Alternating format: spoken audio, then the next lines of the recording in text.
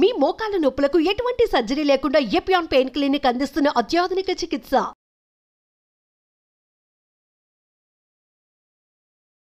Hello everyone, మీరు చూస్తుంది Suman TV. నేను మీ కీర్తి.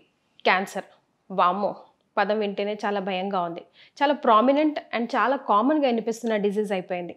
అండ్ స్పెషల్గా ఈ వీడియోలో మనము అసలు haves and have nots of cancer disease, అంటే చాలా రకాల ఇన్ఫర్మేషన్ మనకి ఇప్పుడు మార్కెట్లో కనిపిస్తూ ఉంది. ఇది తినాలి, ఇది తినకూడదు, ఇదే తినాలి, దీనివల్ల వస్తుంది, దానివల్ల వస్తుందని. ఈ వీడియో ద్వారా మీకు గన్ షాట్ ఆన్సర్ దొరుకుతుంది. బికాస్ నా ఎదురుగుండా కూర్చున్నారు ప్రముఖ ఆంకాలజిస్ట్ డాక్టర్ మోహన్ వంశీ గారు. నమస్తే సార్. నమస్తే అండి. Sir, as I just said, చాలా మోస్ట్ కామన్ డిసీజ్ అండ్ చాలా ప్రామినెంట్ అయిపోయింది. ఆఫ్టర్ కరోనాతో అసలు ఎక్కడో విన్న దాని గురించి చాలా తరచుగా వింటున్నట్టుగా అనిపిస్తుంది sir. Different types of cancers అసలు ఎలా తెలుసుకోవాలి సార్? మన జీన్లో ఉందా లేదా? Blood test, simple blood test. Okay, ఆ అనుమానం అసలు ఎప్పుడు రావాలి? ఇప్పుడు నేనున్నాను, నాకు అనుమానం అంటే ఇండికేషన్ మీకు మీ దగ్గర ఫ్యామిలీలో మీ own family members, first degree రిలేటివ్స్లో ఓవేరియన్ క్యాన్సర్ పేషెంట్, ఎంగేజ్లో ఓవేరియన్ క్యాన్సర్ రావటం, ఎంగేజ్లో బ్రెస్ట్ క్యాన్సర్ రావటం, బైలేటరల్ బ్రెస్ట్ క్యాన్సర్ రావటం, మేల్ బ్రెస్ట్ క్యాన్సర్ రిలేటివ్ ఉండటం. చక్కటి ఎగ్జాంపుల్స్ చెప్తాను, వెరీ వెరీ ఇంపార్టెంట్. 8 ఏళ్ళుగా వస్తున్నారు ఒక కపుల్ నా దగ్గరికి. వైఫ్కి బ్రెస్ట్ క్యాన్సర్. Okay, 8 years. ఆమెకి ఇప్పుడు 72, ఆయనకేమో 76. సడన్గా 8 years తర్వాత ఒక్కతే వచ్చింది. హస్బెండ్ రాలేదు. ఏరమ్మా గోపాలరావు గారు అని అడిగాను. ఆయన ఎప్పుడు మంచి బ్లేజర్ వేసుకొని హ్యాండ్సమ్ మ్యాన్ వస్తారు. ఆ రోజు ఆయన రాలేదు. ఒక లేడీ ఇంకెవరో వచ్చారు. టక్కన ఇక్కడ పడి ఏడ్చేసింది. మొన్ననేనండి, లాస్ట్ వీక్ కర్నరీ బైపాస్ చేస్తుండగా థియేటర్లోనే చనిపోయారు. అప్పుడు కూడా టెస్ట్ చేసుకున్నాం. She was due for a test. She came రిలీజియస్గా చెకప్కి వచ్చింది ఆవిడ. అప్పుడు కూడా నార్మల్గానే ఉన్నారు ఆవిడ. పెట్ స్కాన్ చేసాం, నార్మల్గానే ఉన్నారు. 4 months తర్వాత క్యాన్సర్ తిరిగి వచ్చిందండి. Mental trauma. ఇంకొక పేషెంట్ అండి, వెరీ రిచ్ లేడీ, 12 years అయిపోయింది క్యాన్సర్ ట్రీట్మెంట్ చేసేసి. కొడుకు పెళ్ళికి పిలిచారు. నేను మా ఆవిడ కలిసి ఇద్దరు వెళ్ళాం. హ్యాపీగా ఎంజాయ్ చేసాం. 2 years తర్వాత క్యాన్సర్ తిరగబెట్టింది. On closer enquiry sons divorce. హ్యాపీగా ఉండడం కానీ లోపల బాధ ఉంటుంది కదా సార్, ఎట్లయినా. అదే, వీటన్నిటి నుంచి మనం దూరంగా ఉంటే, పక్కింట్లో పిల్లాడికి ఎంబీబీఎస్లో సీట్ వచ్చింది, మన అబ్బాయికి రాలేదు, వాళ్ళకి మనకన్నా పెద్ద కారు ఉంది, వాళ్ళకి మనకన్నా ఎక్కువ ఇన్కమ్ ఉంది, మనకి తక్కువ ఉంది, మనతో కలిసి చదువుకున్నాడు, ఇలాంటి బాధలు లేకుండా వాడికి మెడికల్ ప్రాక్టీస్ ఎక్కువ ఉంది, నాకు తక్కువ ఉంది, వాడు మంచి హాస్పిటల్ కట్టుకున్నాడు, నేను ఇంకా జాబ్ చేస్తున్నాను అనుకోకుండా మనం హ్యాపీగా ఉన్నట్టయితే ఏ జబ్బులు రావండి. ఒక వెరీ ఇంట్రెస్టింగ్ ఎగ్జాంపుల్ చెప్తానండి. ఒక పేషెంట్కి మెలనోమా వచ్చిందండి. మెలనోమా అంటే తెలుసు కదా, స్కిన్ క్యాన్సర్. క్యూర్ అయిపోయింది. 20 years అయిపోయింది క్యూర్ అయ్యి. ఓకే, 20 years తర్వాత రోడ్ ట్రాఫిక్ యాక్సిడెంట్స్లో బ్రెయిన్ డెడ్ అయ్యారు. యుఎస్లో ఇది. అప్పుడు అతని కిడ్నీస్ తీసి ఇంకొకరికి ట్రాన్స్ప్లాంట్ చేశారు. కిడ్నీ ట్రాన్స్ప్లాంట్ చేస్తే వాట్ ఈజ్ అవర్ న్యాచురల్ ఇమీడియట్గా మనకి జరిగే ప్రాసెస్ ఏంటండి? ఆ రెసిపియంట్లో కిల్లర్ సెల్స్ ఉంటాయి, T cells అంటాం. ఆ T cells will mount an immune response against the grafted kidney. Transplanted kidney మీద ఎఫెక్ట్ చూపించి ఆ కిడ్నీని పుష్ చేసేస్తాయి. అందుకని ప్రతి ట్రాన్స్ప్లాంట్ పేషెంట్కి కూడా ఇమ్యూనో సప్రెసివ్ థెరపీ ఇస్తారు. ఓకే, కిడ్నీ ట్రాన్స్ప్లాంట్ చేసుకొనివ్వండి, హార్ట్ ట్రాన్స్ప్లాంట్ చేసుకొనివ్వండి, లివర్ ట్రాన్స్ప్లాంట్ చేసుకొనివ్వండి, వాళ్ళందరికీ కూడా ఇమ్యూనో సప్రెసివ్ థెరపీ ఇస్తారు. ఇమ్యూనో సప్రెసివ్ థెరపీ ఇచ్చినప్పుడు ఇమ్యూనిటీ తగ్గుతుంది కదా. ఇమ్యూనిటీ తగ్గినప్పుడు ఈ రెసిపియంట్కి మెలనోమా వచ్చింది. అంటే 20 ఏళ్ళుగా ఈ మెలనోమా కణాలు, స్కిన్ క్యాన్సర్ కణాలు కిడ్నీలో ఉన్నాయి. ఈయనకి ట్రాన్స్ప్లాంట్ చేసినప్పుడు ఇమ్యూనో సప్రెసివ్ థెరపీ ఇచ్చినప్పుడు ఆయనకి మెలనోమా వచ్చింది. అంటే immunity plays a very major role అండి. ఇప్పుడు ఇమ్యూనోథెరపీ అనేది వెరీ ఎక్స్పెన్సివ్ మెడిసిన్. ఇమ్యూనోథెరపీ ఏం చేస్తుందంటే, ఈ మన T cells అని చెప్పాను ఇందాక, కిల్లర్ సెల్స్, అవి మన బాడీలోకి వైరస్ వచ్చినా, బ్యాక్టీరియా వచ్చినా, క్యాన్సర్ కణం వచ్చినా, లేదా ఒక ఆర్గాన్ని ట్రాన్స్ప్లాంట్ చేయించుకున్నా, అవి they mount a response and try to kill that. Okay, cancer is very smart. Cancer cells are much smarter than scientist. అవేం చేస్తాయి? ఈ కిల్లర్ సెల్స్ని బ్లాక్ చేస్తాయి. ఇమ్యూనోథెరపీ ఏం చేస్తుందంటే మాస్క్ చేస్తాయి, వీటిని అన్మాస్క్ చేస్తుంది. అంటే ఏ రిసెప్టార్స్లో అయితే క్యాన్సర్ సెల్ వెళ్ళి కూర్చుంటుంది అక్కడ ఇమ్యూనోథెరపీ ఉండి T cellsని యాక్టివ్గా ఉండేటట్టు చేస్తాయి. ఆ T cells వెళ్ళి ఆ క్యాన్సర్ని కిల్ చేస్తాయి. T cells యాక్టివేట్ అవ్వాలంటే ఏం చేయాలి? ఇమ్యూనోథెరపీ ఒకటే కాదు, మన న్యాచురల్ ఇమ్యూనోథెరపీ, సంతోషంగా ఉండటం, మానసికంగా ప్రశాంతంగా ఉండటం, చక్కగా నిద్రపోవటం. Sleep is a very important immune booster. కానీ ఈ మధ్య చాలా కేసెస్ ఉన్నాయి సార్, స్లీప్ డిసార్డర్ పిల్లల్లో పెద్దల్లో అందరిలో కూడా. రోజుకి 7-8 గంటలు కనుక ప్రశాంతంగా నిద్రపోతే ఏ జబ్బులు రావండి. ఆ రోజంతా కూడా తర్వాత హ్యాపీగా ఉంటే కరోనా రాదు, కరోనరీ ఆర్టరీ డిసీజ్ రాదు, సెర్బ్రోవాస్కులర్ యాక్సిడెంట్ రాదు, క్యాన్సర్ కూడా రాదు. ఏది రాదు. సో ఇవి చాలా ఇంపార్టెంట్. మానసిక ఆందోళన, తర్వాత స్ట్రెస్ మేనేజ్మెంటు, రెగ్యులర్ ఎక్సర్సైజెస్, ఇవన్నీ. తర్వాత ఈ ఇండస్ట్రియల్ పొల్యూషన్ అండి, aluminium industry, rubber industry, dye industry, batteries, nickel cadmium batteries, uranium, మొన్న యురేనియం మైనింగ్ని ఆంధ్రప్రదేశ్లో అడ్డుకున్నారు. ఇవన్నీ కూడాను టాక్సిన్స్ ఏనండి. రెగ్యులర్గా బార్బర్స్ రోజు ఒక 2-3 డై వేశారనుకోండి, అది కూడా టాక్సిటీ. వాళ్ళు ఇన్హేల్ చేస్తారు కదా. ఫార్మాస్యూటికల్ ఇండస్ట్రీ అండి, తెలియకుండా వాళ్ళు ఇన్హేల్ చేస్తారు, ఏరోసాల్ ఎఫెక్ట్ అంటాం. వాళ్ళు ఇన్హేల్ చేస్తారు. ఇన్హేల్ చేసినప్పుడు లాంగ్ టర్మ్, ఇప్పుడు నేను మేనేజరియల్ పొజిషన్లో ఉన్నాను, నేను ఇప్పుడు ఆఫీస్లో కూర్చుంటాను, బట్ 10 ఏళ్ల క్రితం నేను ఎక్స్పోజ్ అయ్యాను పారాసెటమాల్కో దేనికో ఏదో ఒక మెడిసిన్కి. I'm seeing so many patients now.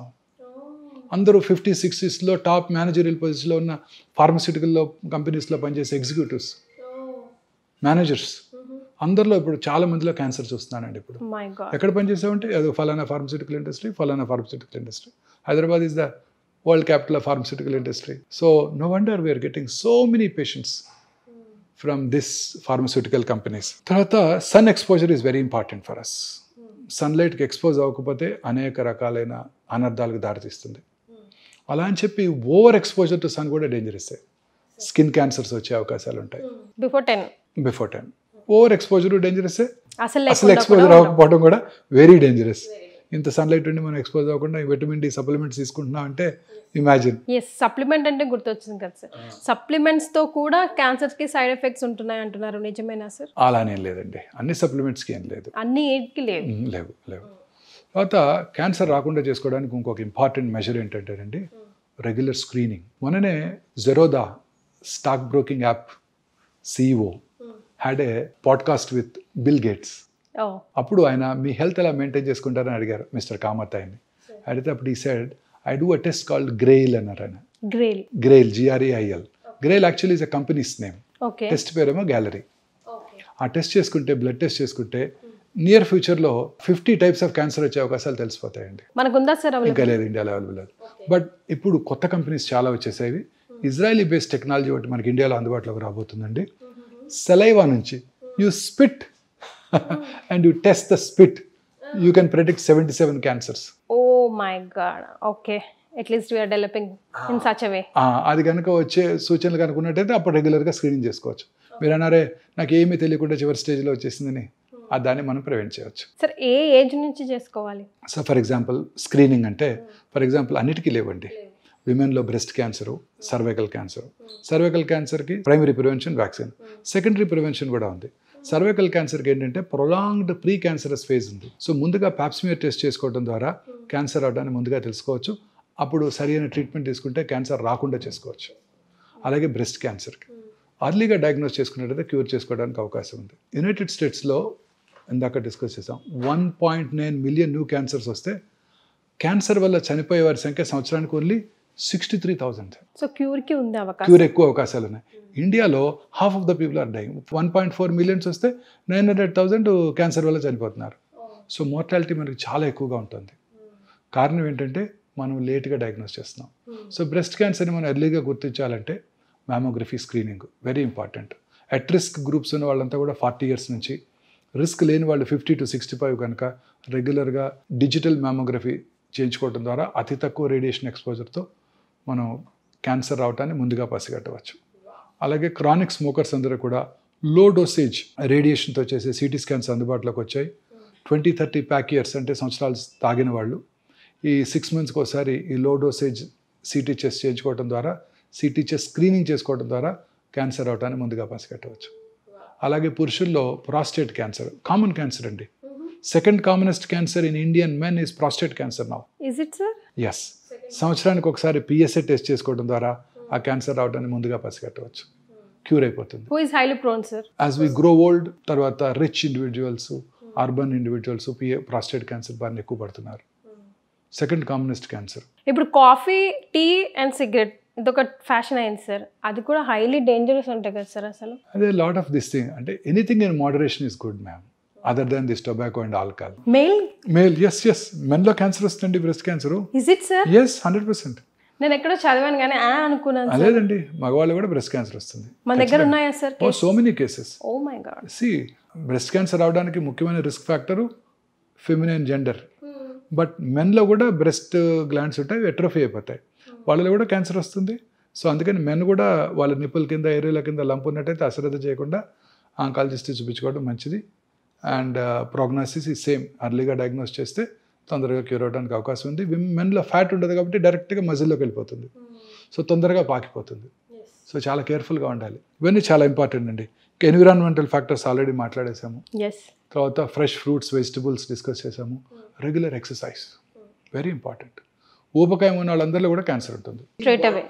Lean body mass maintain చేసినట్టయితే క్యాన్సర్ రాకుండా చేసుకోవచ్చు సన్నగా ఉండేవాళ్ళు. కానీ ఇంకొకటి ఉంది, సన్నగా పొడుగ్గా ఉండే స్త్రీల్లో బ్రెస్ట్ క్యాన్సర్ ఇన్సిడెన్స్ పొట్టిగా ఉండే వాళ్ళకన్నా ఎక్కువ అంట.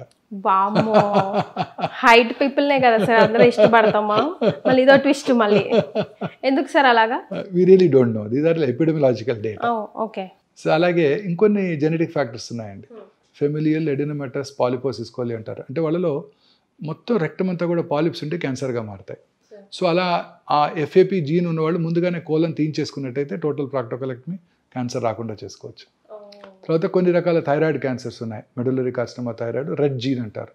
ఆ రెడ్ జీన్ ఉన్న వాళ్ళలో చిన్నప్పుడే ఫస్ట్ 1 year లోపలే వాళ్ళు కనుక థైరాయిడెక్టమీ చేసేస్తే ఆ క్యాన్సర్ రాకుండా చేసుకోవచ్చు. కానీ చాలా అలర్ట్గా ఉండడం ఇవాళ రేపు చాలా ఇంపార్టెంట్ కదా సార్? అవునండి. తర్వాత ఈ చాలామంది స్త్రీలు కొన్ని రకాల హార్మోన్స్ తీసుకునేవాళ్ళు ఇంత ముందు కాలంలో. హార్మోన్ రిప్లేస్మెంట్ థెరపీ అనేవారు. ఎర్లీగా మెనోపాజ్ వచ్చిన వాళ్ళు ఆ మెనోపాజ్ సిమ్టమ్స్ని అవాయిడ్ చేయడానికి చాలా కామన్గా, నేను కెరియర్ స్టార్ట్ చేసినప్పుడు 20 years back it was very commonly used this thing, oestrogen pills, combined oestrogen progesterone pills to prevent post menopausal side effects. ఇప్పుడు అవన్నీ కూడా క్యాన్సర్ రావడానికి దోహదం చేస్తాయి. అలాగే అనేక రకాల ఇన్ఫెక్షన్స్ కూడా క్యాన్సర్ రావడానికి దోహదం చేస్తాయండి. For example human పాపిలోమాటస్ virus in women, HPV virus. ఈ హెచ్పివి వైరస్ మన కోస్టల్ ఆంధ్రప్రదేశ్, తమిళనాడు, ఒరిస్సాలో ఎక్కువగా ఉంటుంది. హ్యూమిడ్ ఎన్విరాన్మెంట్లో ఎక్కువగా వ్యాప్తి చెంది క్యాన్సర్ రావడానికి దోహదం చేస్తుంది. సో దానికి వ్యాక్సిన్ కనుక వేయించుకున్నట్టయితే ఆ క్యాన్సర్ రాకుండా చేసుకోవచ్చు. సో ఇప్పుడు వ్యాక్సిన్స్ తీసుకోవచ్చా సార్? ఈ క్యాన్సర్కి, సర్వైకల్ క్యాన్సర్కి పిల్లలందరూ 10 ఏళ్ళు రాగానే ఫస్ట్ ఆ వ్యాక్సిన్ ఇచ్చేసినట్టయితే 10 yearsకి స్మాల్ పాక్స్ని, పోలియోని ఎట్లా ఎరాడికేట్ చేసామో ఈ క్యాన్సర్ని కూడా మనం ఎరాడికేట్ చేసుకోవచ్చు. పెళ్ళైన వాళ్ళు కూడా తీసుకోవచ్చు, బట్ ముందుగా లేదని టెస్ట్ చేసుకోవాలి. 1 year పాటు ప్రెగ్నెన్సీ అవాయిడ్ చేయాలి. 45 years లోపల అందరిని కూడా నా government recommends vaccine. For cervical cancer. అలాగే హెపటైటిస్ బి వైరస్, ఆ వైరస్ ఇన్ఫెక్షన్ ఉన్న వాళ్ళలో సిరాసిస్, పోర్టల్ హైపర్టెన్షన్ వచ్చి వాళ్ళలో కూడా లివర్ సెల్ క్యాన్సర్ వచ్చే అవకాశాలు ఎక్కువ ఉంటాయి. సో అందుకని ఇప్పుడు అఫ్కోర్స్ మన యూనివర్సల్ ఇమ్యునైజేషన్ ప్రోగ్రాంలో ఇప్పుడున్న పిల్లలందరికీ హెపటైటిస్ వైరస్ వ్యాక్సిన్ ఇచ్చేస్తున్నారు రొటీన్గా. పిల్లలందరికీ మన పీడియాట్రిషియన్స్ గవర్నమెంట్ హాస్పిటల్స్లో ఫ్రీగా కూడా ఇస్తున్నారు. తర్వాత ఇంకొకటి ఎప్స్టీన్ బార్ వైరస్ అని ఉంది, నార్త్ ఆఫ్రికాలో చాలా కామన్. ఇది వాళ్ళలో లింఫోమాస్ వచ్చే అవకాశాలు ఎక్కువ ఉంటాయి. హెచ్ఐవి ఉన్న వాళ్ళందరికీ కూడా క్యాన్సర్ వస్తుంది. అదే గిఫ్ట్ అంటే మళ్ళీ ఇంకో గిఫ్ట్ ఫాలో సార్. హెచ్ఐవి ఉన్న వాళ్ళందరూ క్యూర్ అయిపోతుంది. ఇప్పుడు హెచ్ఐవికి ఎఫెక్టివ్ ఎఫిషియంట్ మేనేజ్మెంట్ వచ్చేసింది. ఆ లాంగ్ టర్మ్ హెచ్ఐవి ఉన్న వాళ్ళలో ఇమ్యూనో డెఫిషియన్సీ ఉంటుందండి. ఇమ్యూనో డెఫిషియన్సీ ఉన్న వాళ్ళలో క్యాన్సర్స్ వస్తాయి. మన బాడీలో రెగ్యులర్గా మ్యూటేషన్స్ జరుగుతుంటాయండి. ఆ మ్యూటేషన్స్ కొన్ని క్యాన్సర్కి లీడ్ చేస్తాయి. But body has its own innate capacity to break that chain. అంటే ఆ మ్యూటేషన్ జరిగినప్పుడు ఆ మ్యూటేషన్ని నల్లిఫై చేసే ఎఫెక్ట్ మన బాడీకి ఉంటుంది. ఆ ఎఫెక్ట్నే మనం ఇమ్యూనిటీ అంటాం కలోక్యల్గా, రోగ నిరోధక శక్తి అంటాం తెలుగులో. ఈ ఇమ్యూనిటీ బాగున్నప్పుడు కరోనా రాదు, క్యాన్సర్ రాదు, కరోనరీ ఆర్టరీ డిసీజ్ రాదు, సెరిబ్రోవాస్కులర్ యాక్సిడెంట్ కూడా రాదు. ఈ ఇమ్యూనిటీ బాగుండాలి. ఈ హెచ్ఐవి ఉన్న వాళ్ళ దగ్గరికి ఇమ్యూనిటీ తగ్గిపోతుంది. అందువలన క్యాన్సర్స్ చాలా ఎక్కువగా చూస్తుంటాం వీళ్ళందరిలో కూడా, ఎస్పెషలీ లింఫోమాస్. అండ్ ఇక్కడే ఇంకొక ఇంపార్టెంట్ విషయం చెప్పాలండి. 34 ఏళ్ళుగా ఆంకాలజీ ప్రాక్టీస్ చేశాక నేను కనుక్కున్నది ఏంటంటే, నేను చేసే ట్రీట్మెంట్ కన్నా, అంటే మేము చేసే ఇంగ్లీష్ మెడిసిన్స్, ఈ కీమోథెరపీ, సర్జరీ, రేడియేషన్ అన్నిటికన్నా పేషెంట్ యొక్క మానసిక ప్రశాంతత క్యాన్సర్ రాకుండా, క్యాన్సర్ తిరగబెట్టకుండా క్యాన్సర్ని క్యూర్ చేయడానికి హెల్ప్ చేస్తుందండి. 100%. ఇన్ని సంవత్సరాలు ప్రాక్టీస్ చేశాక, అలోపతి మెడిసిన్ ప్రాక్టీస్ చేశాక నేను తెలుసుకుంది ఇదేనండి. ఏంటంటే నేను చేసే వైద్యం కన్నా, ఆంకాలజిస్ట్ చేసే వైద్యం కన్నా పేషెంట్ యొక్క మానసిక ప్రశాంతత, పేషెంట్ హ్యాపీగా ఉన్నట్టయితే వాళ్ళకి ఆ క్యాన్సరు తగ్గుతుంది, క్యాన్సర్ని క్యూర్ చేసుకుంటారు, క్యాన్సర్ తిరగబెట్టకుండా కూడా ఉంటుంది. సరే, ఇప్పుడు మనం కూర్చున్న ఈ సుదీర్ఘ చర్చలో ఫైనల్గా అసలు ప్రేక్షకులకి అరే నాయనా అని చెప్పాల్సి వస్తే ఏం చెప్తారు sir? Fresh fruits, vegetables, greens, ఆకుకూరలు ఎక్కువగా తీసుకుంటూ, క్యాన్డ్ ఫుడ్స్, ప్రాసెస్డ్ మీట్స్ వాటిని పూర్తిగా అవాయిడ్ చేస్తూ, అంటే స్విగ్గీ జొమాటో యాప్ తీసేయాలన్నమాట, అవాయిడ్ చేస్తూ, రెగ్యులర్గా ఎక్సర్సైజ్ చేస్తూ, సన్లైట్ కొంచెంగా ఎక్స్పోజ్ అవుతూ, ఊబకాయం లేకుండా లీన్ బాడీ మాస్ మెయింటైన్ చేస్తూ, దూరాల వాటికి దూరంగా ఉన్నట్టయితే క్యాన్సర్ నుంచి దూరంగా ఉండవచ్చు.